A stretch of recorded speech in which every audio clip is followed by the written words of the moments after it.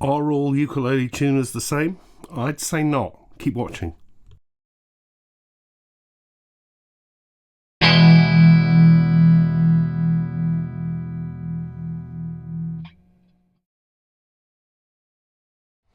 Hi there, it's GotAUkulele, and it's an accessory review for you this weekend. People will have noticed from some of the ukulele reviews lately, I've been mentioning that I tune them with a Peterson Stroboclip, very accurate tuner, and I do that because people say that I deliberately play them out of tune. I don't. If you hear a ukulele sounding out of tune on a video, it's because of setup affecting the intonation, and that's something that I want to show you, that it does that. Anyway, I got this back in about 2012, very expensive Strobe tuner, but we'll come on to it because I bought the updated version, which I thought I'd do a proper review of and show you about it. Peterson are the brand that were behind the original mechanical strobe tuners. If you don't know what a strobe tuner is, you might remember those markings on the outside of a vinyl turntable platter that you shone a light on, and then as you adjusted the speed of the platter, eventually the black spinning discs, it's an effect on frequency that affects the brain and the eyes. It looks like the discs stop and slow, and by doing that, it's hyper accurate.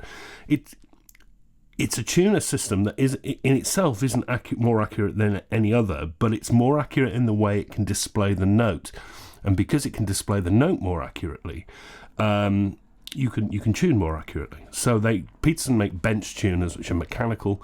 They're hyper accurate. They also cost well over £1,000. But they had developed back in the day the Peterson Stroboclip, which uses an LCD representation of the strobe wheel to give you that accuracy. Now, accuracy of tuners varies wildly with clip-on tuners. They're not all the same. I've seen some, particularly the cheap ones that come with cheap, or the free ones that come with cheap instruments from Amazon now. You can hear that they're not in tune despite when they say they are, and it's because the needles are really thick in the graphics, that there's a huge range. You know, it can say you're in G, but you know, you can tune quite a bit and you stay in G. And the Stroboclip aims to avoid that because of the way it works. I think at best you're probably going to expect a snark tuner, something like that, to be about 1 cent accurate, sort of 1 in 100th. Peterson claim this is 0.1% accurate, and I can see why, and certainly based on this one, it is hyper accurate. So there we are, nice little sleek package with a gooseneck that folds down, and where it's improved from the original that I complained about was, this is the original's display. I mean, you can hardly see it. It's black on grey with a backlight, and then what they did with this one was this super, and they call it the HD because of it, super clear and super bright. Now, this is going to be really hard to do, but I'm going to show you how it works, and hopefully, there we are. It's not too bad, is it? So there we are. See the spinning discs? They are saying that this note is very slightly flat because they're going that way.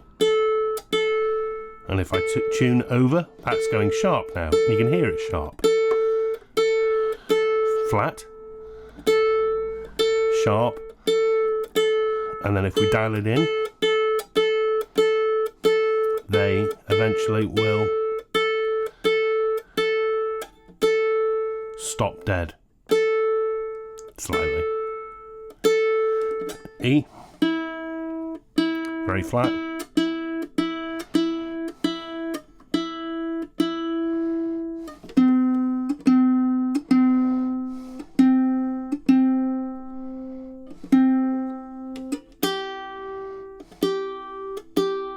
It looks fiddly, but it's actually very intuitive when you get used to it. And then you're in tune. Now, it has 1 or 2 other features. It's got things like a capo feature in there, so if you wanted to change up and down steps, half steps rather, you can do that. It's also got the ability to change the 440 setting for A, which is the standard tuning for tuners.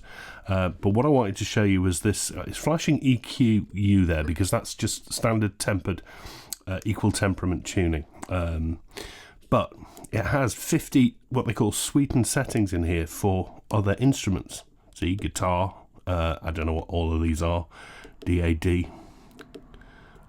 Anyway, they're all written in the manual.